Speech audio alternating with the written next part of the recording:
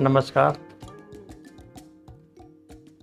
सिंधु सागर भारत में अवां सभिनीनि जी दिल्ली आजियां असांजो तव्हां सभिनीनि जो स्वागत। अॼु घणनि ॾींहंनि खां पोइ मां तव्हांजे साम्हूं वीडियो खणी आयो आहियां। पहिरीं सोचियो होसीं त हिन सिंधु सागर भारत में असीं स्टडी मटीरियल जेको MA ऐं UPSC में आहे उहो तव्हांखे उपलब्ध करायूं, मुहैया करायूं। UPSC जो सॼो कोर्स पोइट्री पोर्शन खे छॾे करे तव्हांजे हिन सिंधु सागर भारत जे पोर्टल ते मिलियल आहे, उपलब्ध आहे। तव्हां कॾहिं बि ॾिसी सघो था पिया। MA जेको MDS यूनिवर्सिटीअ जो हो उन कोर्स खे असां करण जी कोशिशि कई थी पए, छो जो गवर्नमेंट कॉलेज अजमेर में सिंधीअ जा प्रोफेसर्स कोन हुआ। हाणे RPSC जे थ्रू उते 2 प्रोफेसर लॻी विया आहिनि हली, ऐं उहे 2 प्रोफेसर पंहिंजी ड्यूटी ॾाढी सुठे तरीक़े सां करे रहिया आहिनि। इन करे हिन चैनल ते हाणे सिंधु सागर में असीं कुझु सिंधी स्टोरीज़, कुझु सिंधी कहाणियूं, कुझु नवनि राइटर जूं, कुझु पुराणे राइटर्स जूं ऐं कुझु किताबनि जी समीक्षा इहा पेश करण जी कोशिशि कंदासीं। त हाणे ही जेका सेकेंड इनिंग आहे सिंधु सागर भारत जी, उन में तव्हांखे अलॻि अलॻि वैराइटीज़ मिली सघंदियूं। त अॼु मां पहिरीं तव्हांजे साम्हूं पेश करे रहियो आहियां सिंध जे मशहूरु शाइर शाह अब्दुल लतीफ़ जी हिकु सूरमीअ ते हिकु वार्ता। उहा सूरमी आहे मारवी, जंहिंखे मां अमर किरदार जो नालो ॾिनो आहे। शाह जो अमर किरदार मारवी। अचो त ॿुधूं शाह जे अमर किरदार मारवीअ ते ॻाल्हि ॿोल। जीअं त तव्हां सभिनी खे ख़बर आहे, सिंधु नदी जो जनमु जेको आहे कैलाश जे मानसरोवर में कठे थींदड़ पाणीअ मां थींदो आहे। सिंध परगिणे में अचण खां पहिरीं सिंधु नदीअ में पंजाब जे मिठानकोट हिकु शहरु आहे। उते 5 नदियूं कहिड़ियूं कहिड़ियूं? चिनाब, रावी, सतलज, झेलम, व्यास। 6हीं नदी सरस्वती आहे जेका गुप्त आहे, उहा बि हिन में मिले थी अची पई आहे। इहे सभई नदियूं मिली करे हिनखे वॾो दरिया थियूं ठाहिनि पयूं, वॾी हिकु नद जो रूप थियूं ॾियनि पयूं। माना हीअ नदी कोन्हे, हिकु नद आहे। सिंधु पंहिंजे जल में 5 नदियुनि जे जल खे मिलाए पाण जहिड़ो करे छॾींदी आहे। सिंधु नदीअ जे किनारे ते रहंदड़ हिन जल खे वरताए सुभाउ ऐं वहिंवार में ॿियनि खे पाण में मिलाए पाण जहिड़ो करे छॾी। इहा आहे सिंधु जल जी असर या सिंधु जल जी तासीर। सिंध ते अरबी हमला कंदड़नि सिंध जे समाज ऐं संस्कृति ते वॾो असरु विधो हो। सिंध जी जेका संस्कृति हुई उहा सॼी वैदिक संस्कृति हुई। उन में जेका आदि जुगाद खां हलंदी पई अचे, उन खे मज़हबी तहसीबुनि जेके मज़हब जे खे वधीक वाधारो ॾींदा आहिनि, उन्हनि हिन खे मिलाए करे इस्लामी करण जी कोशिशि कई। तंहिंजो उग्रो नतीजो इहो निकितो जो 15 अगस्त 1947 पाण असां सभिनी खे यादि आहे त भारत देश जो विरहाङो थी वियो हली ऐं सिंध सॼी जेका आहे पाकिस्तान में रहिजी वई हली। सिंध खे पाकिस्तान में मिलायो वियो, यानी 713 खां वठी 1947 ताईं जे अरसे में सिंध खे हिकु नई भक्तीअ जी धारा ॾिनी वई हली। कहिड़ी भक्ति धारा ॾिनी वई? सूफ़ी मत जी धारा।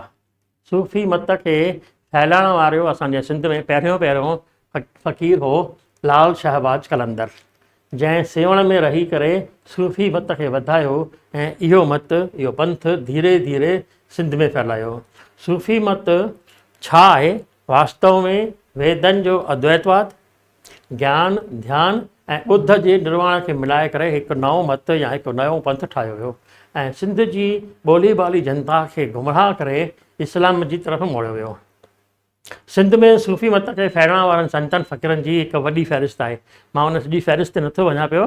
जिन ॿारनि खे शौक़ु आहे कि इहे कहिड़ा कहिड़ा सूफ़ी फ़क़ीर हुआ त उहे मूंखां फ़ोन ते पुछी सघनि था पिया। जिन में पहिरियों आहे शाह अब्दुल लतीफ़। सूफ़ी मत खे फैलाइण में जेको वॾो हथु आहे उहो असांजे शाह अब्दुल लतीफ़ भिटाईअ जो बि आहे।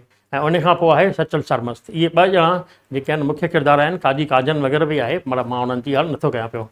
मां हिन खे घणो करे माण्हू हिते सिंध जी टिमूर्ती चवंदा आहिनि, शाह, सचल ऐं सामी। पर सामी जेको आहे उहो वेदांती कवि हो, इन करे मां हिन खे टिमूर्तीअ में न रखंदुसि। सूफ़ियुनि जी टिमूर्ती इहा कान्हे का। तंहिं करे चवंदुसि त हक़ीक़त में सचल स्वामी जेको आहे उहो वेदांती कवि हो। हिन खे टिमूर्ति न चवंदासीं। हक़ीक़त में ॾिठो वञे ऐं मज़हब जे तंग चश्मे खे लाहे करे असीं अलॻि कयूं ऐं इन्हनि जो गहरो अभ्यास कयूं त शाह साहिब बि सूफ़ी न पर वेदांती कवि आहे। उहो मां जेॾी महिल हीउ पूरो लेक्चर ॿुधाईंदुसि तव्हांखे सम्झ में ईंदो त बराबरि शाह बि सूफ़ी न पर वेदांती कवि आहे। इन्हीअ खे मां हिन में कोशिशि थो कयां पूरी तव्हांजे साम्हूं पेश करण जी। शाह अब्दुल लतीफ़ विटाई जो जनमु 18 नवंबर 1689 जुमे ॾींहुं खटियाणनि जो जे वेझो जेको भुईपुर गांव आहे उन हाला तहसील में ज़िले हैदराबाद ज़िले जी भुईपुर गांव में हाला तहसील में थियो आहे। अहिड़ी हिन जा वॾा जेके आहिनि उहे अफ़गानिस्तान जे हरात शहर मां 1398 ईस्वी में आया हुआ। 1398 में आया ऐं 1600 में हिननि जो जनमु थियो आहे। हली शाह साहिब जी शादी शहीदा बेगम सां थी। शाह साहिब 63 सालनि जी उमिरि पाती। संदसि सुर्गवास 1 जनवरी 1752 छंछर जे ॾींहुं थियो हो। शाह साहिब खे ईश्वर सां प्यारु थियण खां पहिरीं दुनियावी प्यारु थियो जंहिं हिन खे ईश्वर जी तरफ़ मोड़े छॾियो। जीअं असांजो कवि कालिदास। शाह साहिब 21 सालनि जी उमिरि में सनातन धर्म जा नाथ संप्रदाय जा जेके योगी आहिनि जीअं योगी आदित्यनाथ हिन जो जेको गोरखनाथ वग़ैरह हिन जा संत हुआ उन्हनि संतनि जी उन्हनि गुरुनि जी शरण में अची वियो। हली उन्हनि जी लव अचण में अची वियो। उन्हनि सां गॾु हू रहियो ऐं हू हैदराबाद खां हिंगलाज माता जी यात्रा कई आहे। माना हैदराबाद खां कराची खां हू हिंगलाज माता जी यात्रा करण वियो आहे। हू साहिब 3 सालनि ताईं यानी शाह अब्दुल लतीफ़ 3 सालनि ताईं नाथ संप्रदाय योगियुनि सां रहियो आहे ऐं उन टाइम में हिन सनातन धर्म जा घणेई मंदर ऐं टिकाणा भेटिया आहिनि। हिन साहिब जेके मंदर दर्शन कया आहिनि उनजो थोरो सो मां हिते तव्हांखे ॿुधायां थो। हिन में कराचीअ खां कच्छ, भुज, लखपत, नारायण सरोवर, कोटेश्वर, हालार, द्वारका, पोरबंदर, जूनागढ़, खंभात, जैसलमेर, उमरकट इहो वारो रस्तो। इन रस्ते में जेके बि मंदर ऐं शुभ स्थान आया आहिनि उन्हनि जो हिन यात्रा कई आहे ऐं उन वापसि अची करे पंहिंजे ॻोठ हैदराबाद में पहुतो आहे। हिते हिन जेके बि ॻोठ घुमिया आहिनि माना जेके ही मंदर भुज, लखपत, नारायण सरोवर में जेके स्थान घुमिया आहिनि उतां जी लोक कथाऊं यानी लोक कहाणियूं जेके आहिनि उन्हनि जो हिन गहरो अभ्यास कयो ऐं उन्हनि कहाणियुनि जे आधार ते हिन पंहिंजो शहर जेको आहे लिखियो आहे ऐं असांजे साम्हूं 7 सूरमियुनि जे रूप में असां वटि पेश कयो आहे। कंहिंमें शाह जे रसाले में। शाह जो रसालो चयो थो वञे त शाह साहिब हिंदुस्तान जे संगीत जे आधार ते बि हिन जी रचना कई आहे। छो जो शाह साहिब भारत जे संगीत विद्या जी बि गहरो अभ्यास कयो आहे। इन करे हुन में 30 जेके आहिनि सुर मिलनि था पिया ऐं हीउ जेको शाह जो रसालो आहे उन में 1574 बैत, 43 वायूं, कुल मिलाए करे 1617 बैत 30 सुरनि में विरहायल आहिनि। जीअं त मां पहिरीं बि ॿुधायो आहियां तव्हांखे त शाह जिते जिते वियो उतां जे मकानी लोक कहाणियुनि जो हिन ऊन्हो अभ्यास कयो, गहरो अभ्यास कयो आहे ऐं उन्हनि कहाणियुनि जे सूरमनि ऐं सूरमियुनि जे ज़रिए असांजी आवाम जे साम्हूं हिन शहर जी रचना कई आहे ऐं शाह समाज खे जाॻण जी कोशिशि कई आहे। शाह जे रसाले में शामिल सूरमनि जे बदिरां सूरमियुनि खे वधीक अहमियत ॾिनल आहे। तंहिंजो मुख्य कारण सनातन धर्म में चयो वेंदो आहे हली जॾहिं पुरुष जो स्त्रीन जागृत थींदो आहे तॾहिं हू ईश्वर सां एकाकार थी सघे थो पियो हली यानी पुरुष जी स्त्रीन जागृत थी वञे हली यानी हुन में ममता वधीक अची वञे हली हुन में प्यार जी भावना वधीक अची वञे हली समर्पण जी भावना अची वञे हली तॾहिं हू ईश्वर खे प्राप्त करे सघे थो। त इन करे शाह साहिब बि सूरमियुनि जो जेको आहे सहारो वरितो आहे हली लोक कथाउनि जे सूरमियुनि ज़रिए ईश्वर जी आराधना कई आहे। शाह जे रसाले जूं 7 सूरमियूं आहिनि। कहिड़ियूं कहिड़ियूं? नूरी, ससुई, मारवी, सुहिणी, लीला, मूमल ऐं सोरठ। 7 सूरमियुनि जी कथा खे 7 सुरनि में शाह जे रसाले में ॾिनो वियो आहे।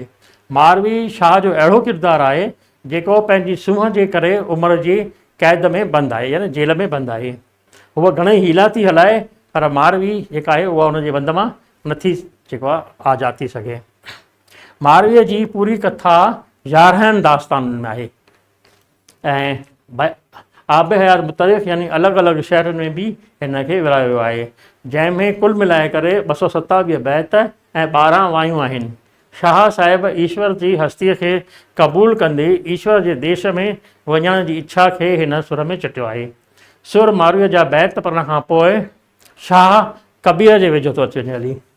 सुर मारवीअ में शामिल बैतनि जे अभ्यास खां पोइ मां ईअं चई सघां थो त शाह साहिब जे मथां सनातन धर्म जो वधीक में वधीक असरु रहियो आहे। पर मज़हबी तहसीबुनि जी नज़र करे हू पंहिंजी ॻाल्हि ढक परदे में चई वियो आहे हली। छो जो तंहिं टाइम में 1600-1700 ईस्वीअ में सिंध में इस्लामी राज हो ऐं इस्लामी राज में तव्हां सनातन धर्म जी या वैदिक धर्म जी प्रचार प्रसार नथा करे सघो। न त जीअं अॼु आहे सिर तंस जुदा, उहो अॼु जी 20वीं सदीअ में 21वीं सदीअ में हले थो पियो, त 16वीं सदीअ में कहिड़ो हाल रहियो हूंदो इहो असीं सम्झी सघूं था पिया हली। हिंदुस्तानी साहित्य में हिकु धारा हलंदी आहे भक्ति धारा। उन जो असरु असीं जाचण जी जेकॾहिं वेहंदासीं त असांखे ॾिसणु ईंदो त हुन ते शाह जो बि असरु पियल आहे।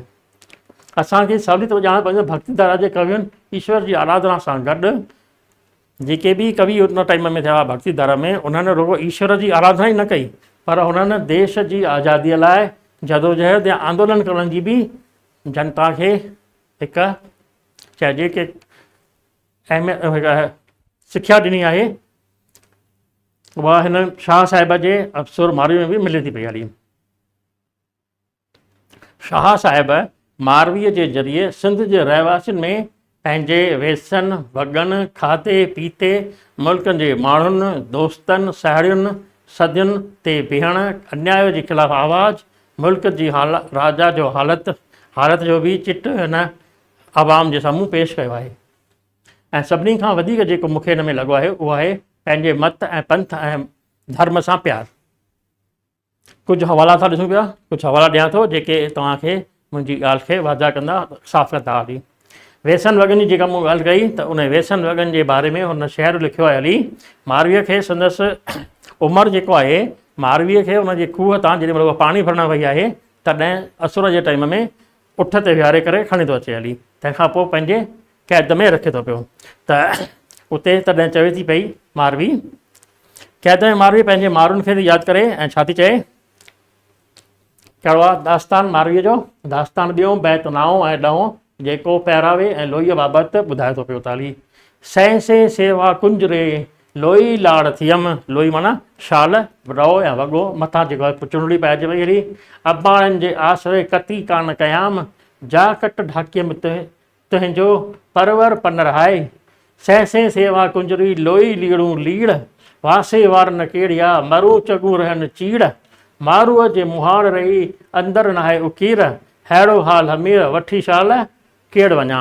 यानी मुंहिंजी लोई जेका आहे उहा बिल्कुलु चिथू धागा धागा थी विया हली। मां पंहिंजे वारनि में तेल बि कोन लॻायो आहे हली। मुंहिंजूं चगूं जेके आहिनि उहे जटाउनि वांगुरु थी वियूं हली। अहिड़ो हाल खणी करे मां मारू वटि कोन वेंदसि। दास्तान 3 जे बैत 15 में मारुनि जे कुदरती माल जे पहिरावे खे हिन रीति चिटियो वियो आहे हली। वरू से वतन ॼायूं सहरा सतरूं जन गोलाड़ा ऐं गागरियूं ओठा अबाणनि वेहाड़िया घुमन वली झांगी मंझ लंघनि मूंखे मारोड़नि सुञ ॻणाई सिज में। मूंखे मारोड़नि सुञ सिज में ॾिनी आहे हली, ॿियो कुझु कोन ॾिनो अथई। माण्हुनि जो खाधो पीतो कहिड़ो आहे हुनजो बि चिट जेको आहे हिन में चिटियो आहे शाह साहिब। ॾिसो छा थो चए, बैत 7 में दास्तान 7 जे बैत 3 ऐं 4 में हिन रीति चिटियो आहे। पन्नो हारनि पॿोरिया की वहंदसि वस उमिरि उन ॾेह जाड़ो थियनि ॾिॾम डस वलियूं वण फुलारा लुलड़ो लड़ियो नड़ियो लस आणियो विझनि आहुरनि संदा टहुनि टस मेवा मजर माखियूं मेवा मजर माखियूं सबका चखनि चस माड़ीअ विहे नस मलीर वेंदी मारवी। माना मारवी जेका वेंदी त मलीर में ई वेंदी, तुंहिंजे बंद में न रहंदी। आणिनि की चाड़िन माना रोज़ु आणींदा आहिनि ऐं चाड़ींदा आहिनि, माना रोज़ु जेको वठंदा आहिनि ऐं उन्हनि खे चाड़ींदा आहिनि या खाईंदा आहिनि हली। ॾुथ ॾिहारी सूमरा आणिनि की चाड़िन ॾुथ ॾिहारी सूमरा सथा को सैद चए साऊ सुखा इन मंझा लंब लतीफ़ चए चाउर चयो चाड़िन पुलाव न पाड़िन अमर आराड़ीअ सी। अने पुलाव कोन चाड़ींदा, जेको जंगल में घाव मिले थो पियो, फल फ्रूट मिलनि था पिया, उहे ई चाढ़े करे हू खाइनि था पिया हली। मुल्क जा माण्हू ऐं उन्हनि जे दोस्तनि या पंहिंजे साहेड़ियुनि जो जेको बयानु आहे उहो हीअं हिन तरीक़े कयो आहे हली। मारवी हाकिम जे क़ैद में बंदि आहे, पर हाकिम खे पंहिंजनि मारुनि ऐं पंहिंजनि साहेड़ियुनि जे गुणनि जो बखान वक़्त ब वक़्तु कंदी थी रहे। मुंहिंजा माइट थोरो खाईंदा आहिनि ऐं थोरो पहिरींदा आहिनि, पर पंहिंजे सत ते क़ाइमु रहंदा आहिनि। दास्तान सतें जे बैत 6 में हिन रीति न चयो आहे हली, थोरी कुबत करारिया रहननि सबर सत, खथीअ में खह झकुलिया भुणन अहिड़ी भत, पनुहार की पत वेही पुछ मलीर में। ऐं सत ते कीअं बीजे, माना पंहिंजे जेको कैरेक्टर आहे उन ते कीअं क़ाइमु रहिजे, उनजे बारे में छा थी चए। मारवीअ खे उमिरि पंहिंजे क़ैद में इन करे बंदि कयो आहे जीअं हुनखे हू पंहिंजी बणाए सघे, यानी पंहिंजी राणी ठाहे सघे। पर मारवी नथी मञे पई, तंहिं लाइ उमिरि मारवीअ खे लाइ पाजाई ठाठ ॿाठ सभु थो ॾिए पियो, पर मारवी उनजी लोभ लालचुनि में नथी अचे पई। उहा पंहिंजे सत ते क़ाइमु रही आहे। मारवी पारां मोकिलियल मारवी उमिरि पारां मोकिलियल पहिरां इतर अंबीअ तरफ़ अखि खणी बि नथी निहारे। तंहिंजो चिट दास्तान 3 में कयो वियो आहे, बैत 4 ऐं 5 में।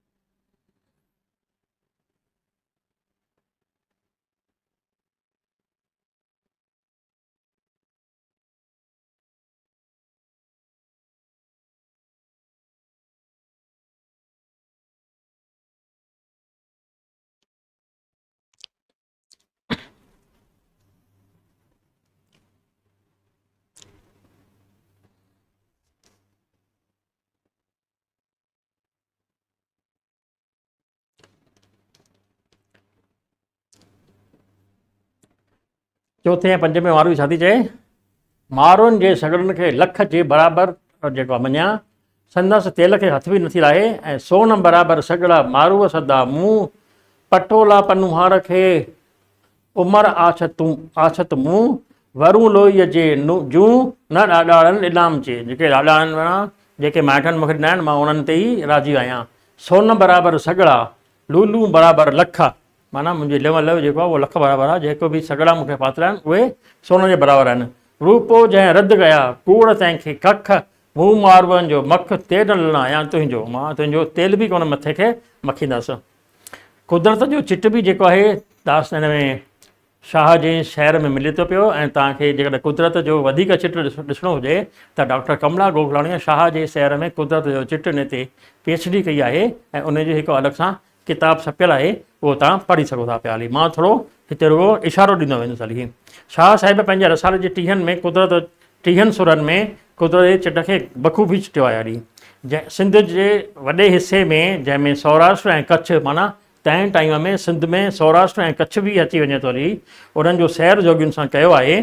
जंहिं बि ॻोठ में उहो रहियो आहे तंहिंजो चिट हुन सूरबियुनि ज़रिए चिटियो आहे। मारवी थर जी रहंदड़ आहे, यानी थर पार्क ही पंहिंजो जेको कच्छ भुॼ वारो इशारो एरिया आहे उन में।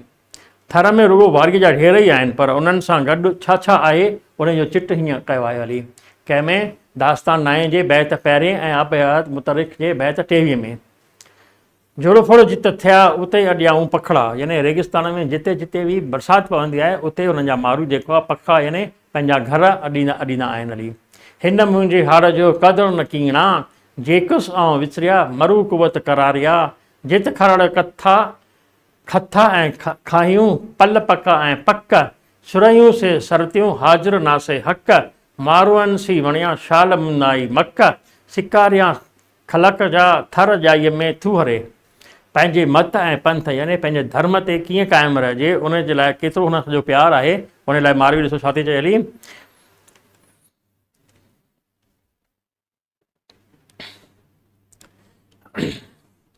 ईअं न मारुनि रीत जीअं सेण मटाइण सोन ते, ईअं न मारुनि रीत सेण मटाइण सोन ते, यानी अॼुकल्ह लभ लालच ॾेई करे जेको मत पंथ धर्म मटायो थो वञे, यानी हिंदू धर्म खां जेको इस्लाम जो क़बूल था कनि पिया, त माण्हू कीअं था कनि उहो तव्हांखे ख़बर ई आहे। उन ते मां नथो वञा पियो, छो जो उहो मुंहिंजो सब्जेक्ट बि कोन्हे को, मुंहिंजो सब्जेक्ट मारवी आहे ऐं शाह आहे। पर उन शाह जे सुर में जेको धर्म मटाइण जे बारे में मारवीअ जे बारे जे थुरू चवरायो आहे हली, ईअं न मारण रीत जीअं सेण मटाइण सोन ते, अची उमर कोट में कंदसि कान को रीत, पखरनि जी रीत माड़ूअ सी न मटिया। हिन जो चोथों दास्तान जेको आहे उन में हिननि साफ़ अखरनि में चए पई हली त मिल्क मारूअ जी आहियां जोर न थियां जोए, तूं मुंहिंजे मथां केतिरो बि जोर जुल्म हलाए मां तुंहिंजी राणी कोन थींदसि। न हिते जोए माना राणी। सभिनी खां वधीक हिनखे पंहिंजे मुल्क सां प्यारु आहे। मारवीअ खे जेकॾहिं यादि कयो वेंदो आहे त मारवीअ जे उनखे मुल्क सां जेको प्यारु आहे उन जे करे, त हुन पंहिंजे मुल्क जे लाइ प्यार में छा थी चए हली,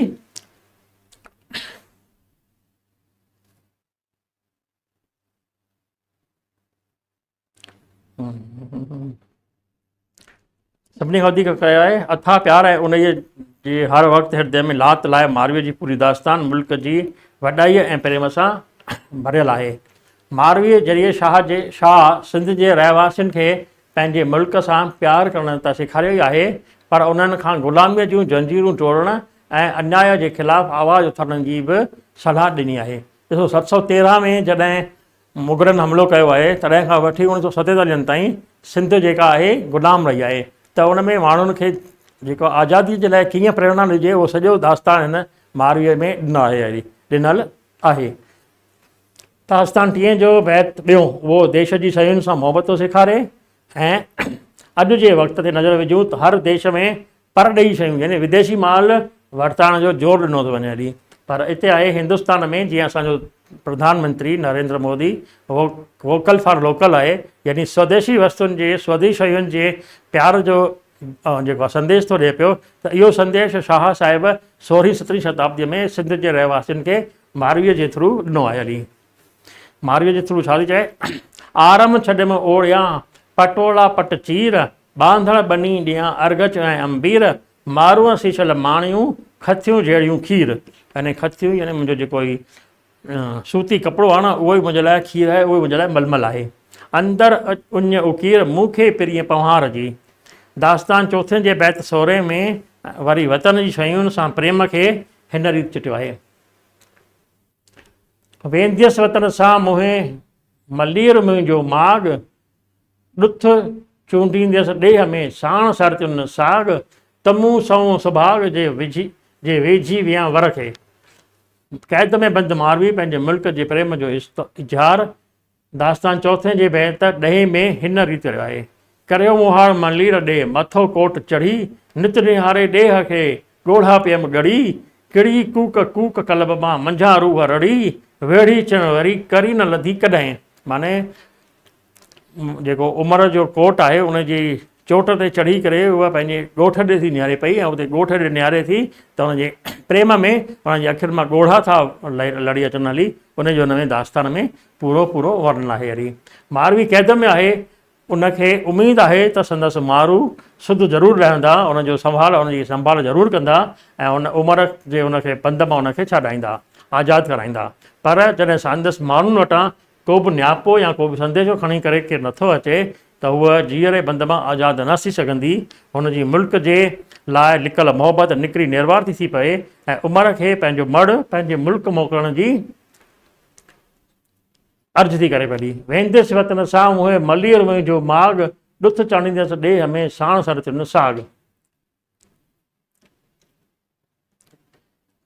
दास्तान 6 जो बैत 11, 12, 13 ऐं 14 उन जे वतन जे प्रेम सां अटियलु आहे, भरियो पियो आहे पूरो। छा थी हले, आऊं बंदियाणी बंद में कीकियसि पियसि बंदि, मुंहीं लॻो मुहाणो कि मुंहुं कहिड़ो कंद, मारी जे न हंध ते ॾिजाई महथ मलीर ॾे। वाजाए वतन खे साड़े ॾियां साओ, बुत मुंहिंजो बंद में क़ैद करे जाए, परॾेहाणी पिरीअ जी धारम धरे जाए, थधी वसाइण जे थरनि जी मिटी मुईअ मथां, जे पोयों थिए पसाव त निजाए मड़ मलीर ॾे। वाजाए वतन खे आऊं जे हित मयास, गौर मुंहिंजी सूमरा कज मुहारनि पास। जेकॾहिं मां तुंहिंजे बंद में मरी बि वञा त मुंहिंजी डेड बॉडी जेका आहे माना मड़ जेको आहे हुनखे मड़ चयो वेंदो आहे डेड बॉडी खे सिंधीअ में, त उहो मुंहिंजो मड़ जेको आहे मुंहिंजी डेड बॉडी जेका आहे मुंहिंजे मलीर में मोकिले छॾिजां। ॾाॾाणे ॾेह जी मंझां वलुनि वास, मोया ई जियांस जे वञे मड़ मलीर ॾे। मां त मरण खां पोइ बि जिंदह थी वेंदुसि हली जॾहिं थर जी मिटी मुंहिंजे बॉडीअ जे मथां पवंदी। मुल्क जे राजा जी हालत जो अवाम ते असरु थींदो ई थींदो आहे। हली इहो त सभई असीं ॼाणूं था पिया त उमर हाकिम आहे जेको मारवीअ चे सूंहं जी सहारा ॿुधी उन खे ॾिसी दिलि हारे विहे थो ऐं जोरीअ अॻुवा करे पंहिंजे महल में अची कैद थो करे। हाकिम जे अहिड़े वहिंवार जो असरु मुल्क जी जनता ते कीअं थो थिए, इन जी सजा जनता खे कीअं थी मिले पई, इहो उन जो जेको चिट आहे उनजो हिन में वर्णन आहे। छा थी चए पई हली, मुल्क जी जनता खे कीअं थो थिए, पंहिंजे वहिंवार खे बदिलाए छॾिजे। मारवीअ जे अॻुवा थियण खां पहिरीं औरतूं असर जो उथी खूह तां पाणी भरण वेंदियूं हुयूं, छो जो ॾींहं जो खूह ते मर्द जानवरनि सां गॾु कठा थींदा हुआ त खेनि पाणी भरण जो वारो ई न मिलंदो हो। तंहिं करे असर जो पाणी भरे वञी घर जो कमुकार खे लॻंदियूं हुयूं।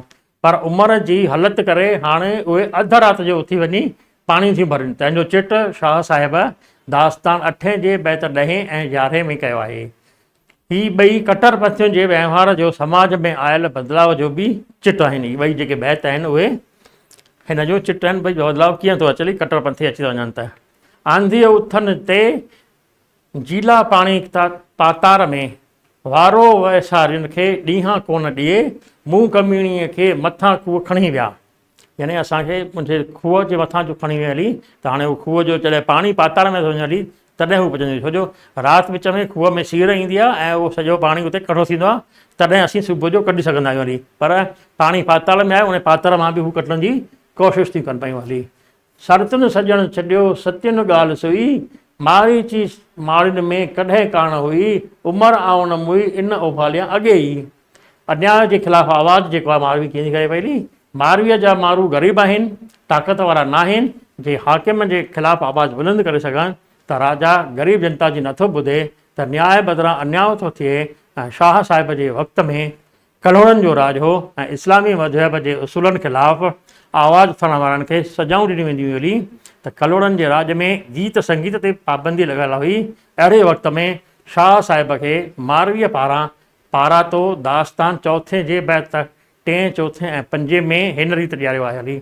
मेंढा धोए न मारवी, न खिले न खाए, अने वार न धोए मारवी, जे इंसाफ़ जा वेठी वासा मां ॻाए, हीअ जाका हाय सा मेंढा ईंदी मुंहं में। मेंढा धोए न मारवी थियसि करबो वार, सती सोए सहरिया जे पाउनि जा पनहार, उमर ऊनो धार नूर जे वेहे मिड़ियुनि। मेंढा धोए न मारवी मैले मारूं धार, पयो मेट मलीर रे मुंदन वेड़े वार, जा होते जनहार सा कीअं वेहंदी कोट में। शाह जी सूरमी मारवी हिकु अमर किरदारु आहे। उहा वतन खे यादि थी करे माण्हुनि सां प्रेम थी करे पई ऐं संदन प्रेम जो धाॻो कीअं माण्हुनि सां ॻंढियल आहे उन जो बयानु बि हिन जो कयो आहे। उहो बयानु कंहिंमें आहे, दास्तान 7 में मारवी संदन लाइ हिकु नओं उमिरि जेको आहे नओं महल थो जोड़णु चाहे, तंहिं ते ॻाल्हि चए थी पई, दर दरवाज़ा दरियूं हाणे हिते होए, कहिड़ियुनि अॾिया केतिरा तंबू मथां तो, मुल न आया मारवी तिनियुनि रड़ मरो, आहे को पुसीअ पनुहारनि में। मारवीअ जो जवाबु हिन में जेको आहे बैत 12 ऐं 13 में आहे, उहो हुन ॾाढनि सुहिणनि अखरनि में लिखियो आहे। छा थी चए, सन्नी सुईअ सुबिया, मूं मारूं असीं साओ, वेठी सारियां सूमरा गोलड़ा ऐं गाहो, हीअं मुंहिंजो हित थियो हित मिटी ऐं माह, पखनि मंझि पसाओ कालिब आहे कोट में। मुंहिंजो जेको साहु आहे उहो मारुनि में आहे, पर मुंहिंजो जेको शरीरु आहे उहो तुंहिंजे जेल में बंदि आहे। सन्नी सुईअ सुबियो, मूं मारूं असीं मन, हणी ख़तमु हलम जा तह विधाई तन, कीअं टोपायां कन अबाणे अबर रे।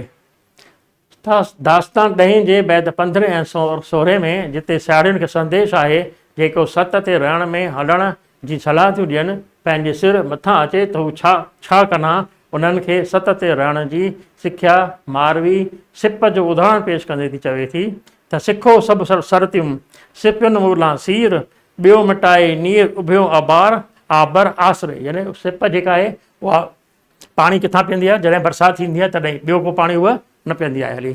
सिखो सिपुनि सां सरतियूं रीत सिकण जी, मंगन ज़रूरु मथां ओरी कन न आसरो। ऐं दास्तान 10 जो बैत अरिड़ो पढ़ंदे त मूंखे त स्वामी विवेकानंद जी यादि अची वई आहे हली, जेको परॾेह जी धरतीअ मां जी यात्रा करे जॾहिं वतन वापसि थो अचे हली, त संदसि स्वागत लाइ बीठल जनता जे साम्हूं हू भारत जी मिटीअ में लोथपोथ थी थो वञे हली। त जहाज मां लही करे जॾहिं लोथपोथ थो थिए, तॾहिं इहा मारवी बि जेको आहे पंहिंजे वतन खे यादि थी करे पई हली। त छा माउ जी गोद में अॼु बि असां कीअं हूंदा आहियूं, इहो स्वामी विवेकानंद संदेश ॾिनो आहे हली।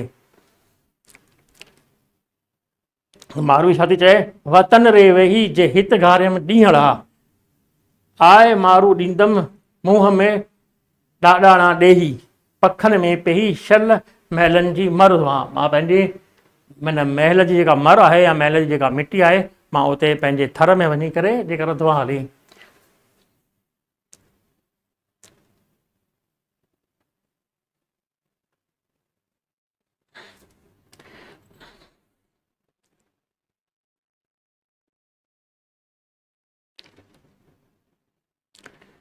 शाह साहिब मारवी जे ज़रिए समाज में मुल्क जे बारे में जेको चवरायो आहे, जिन मां कुझु मिसाल मूं तव्हांजे साम्हूं पेश कया आहिनि, जिन मां ज़ाहिर आहे त मारवी शाह जो हिकु अमर किरदारु आहे।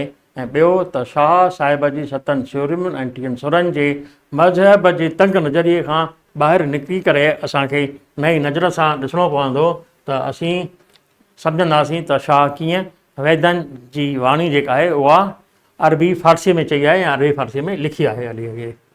हिन जे बारे में जेको लाल सिंह अजवाणी साहिबु आहे, जंहिं सिंधी साहित्य जो इतिहास लिखियो आहे, उहो सिंधी साहित्य जे इतिहास वारे किताब में शाह खे राष्ट्रवादी कवि चयो आहे। हुन चयो आहे त शाह जेको आहे उहो सूफ़ी न हो, पर राष्ट्रवादी कवि हो। हाणे राष्ट्रवादी कविअ जा मां हेॾा सारा मिसाल जेको आहे तव्हांखे साम्हूं पेश कया आहिनि, छो जो राष्ट्र जी जेका कल्पना आहे उहा समाज, अर्थ ऐं भूगोल ते आहे। त हिन में भूगोल बि आहे, हिन में अर्थ बि आहे, हिन में मिटीअ सां प्रेम बि आहे। त असांजे हिन शाह खे असांखे हींअर जेको रिसर्च करणु घुरिजे, उन रिसर्च में असांखे इहो शामिलु करणु घुरिजे त शाह सूफ़ी न पर वेदांती कवि हो। मां तव्हांखे हिकु ॻाल्हि हिते साफ़ु करणु ॿुधाइणु चाहींदुसि त राजस्थान सिंधी अकादमी जो अध्यक्ष हूंदो हो नानकराम ईसराणी एडवोकेट। उन 1993 में जयपुर में 2 ॾींहंनि जी सेमिनार कराई हुई। उन सेमिनार में हिकु सॼो ॾींहुं शाह जे बैतनि में या शाह जे पूरे रसाले में कीअं असांजे हिंदुत्व जो दर्शन आहे, उन ते मकाला जेको आहिनि डॉक्टर मुरलीधर जेटले, मोहनलाल शर्मा ऐं मोतीलाल जोतवाणी, अहिड़नि जेके असांजा चइजनि विद्वान आहिनि, उन्हनि जा उहे शामिलु आहिनि। मां उहो जल्दी तव्हांखे मोकिलींदुसि, तव्हांखे ॾेखारींदुसि त हुन में केतिरो हुननि ॾेखारियो आहे त कीअं शाह अब्दुल लतीफ़ जेको आहे असांजे हिन सूफ़ी धारा खां छॾे करे अद्वैतवाद खे या असांजे हिंदू दर्शन खे चिटियो आहे हली। इन सां गॾु ई असांजे एडवोकेट नानकराम ईसराणीअ सिंधी कविता में वेदांत कीअं कहिड़े तरीक़े सां चिटियो आहे हली। रुॻो शाह ई न पर सचल बि ऐं सचल खां अलावा ॿियनि कवियुनि बि कीअं हुन में वेदांत चिटियो आहे, उन ते बि हिकु सेमिनार थियल आहे। उन ते बि 15 मकाला आहिनि उन पूरे किताब में। उहे बि जल्द सिंधू सागर भारत ते तव्हांजे साम्हूं पेश कंदासीं। तव्हांखे ही वार्ता चवां, तव्हांखे मजमून चवां या रिसर्च मकालो चवां, तव्हांखे कीअं लॻो, पंहिंजा राया, पंहिंजा कमेंट बॉक्स में ज़रूरु कंदा। हिन जो जेको आहे पंहिंजनि साहेड़ियुनि, दोस्तनि ऐं मिटनि माइटनि सां बि जेको आहे वंडींदा, विरहाईंदा, पंहिंजा वीचार ज़रूरु पेश कंदा। जय भारत, जय हिंद।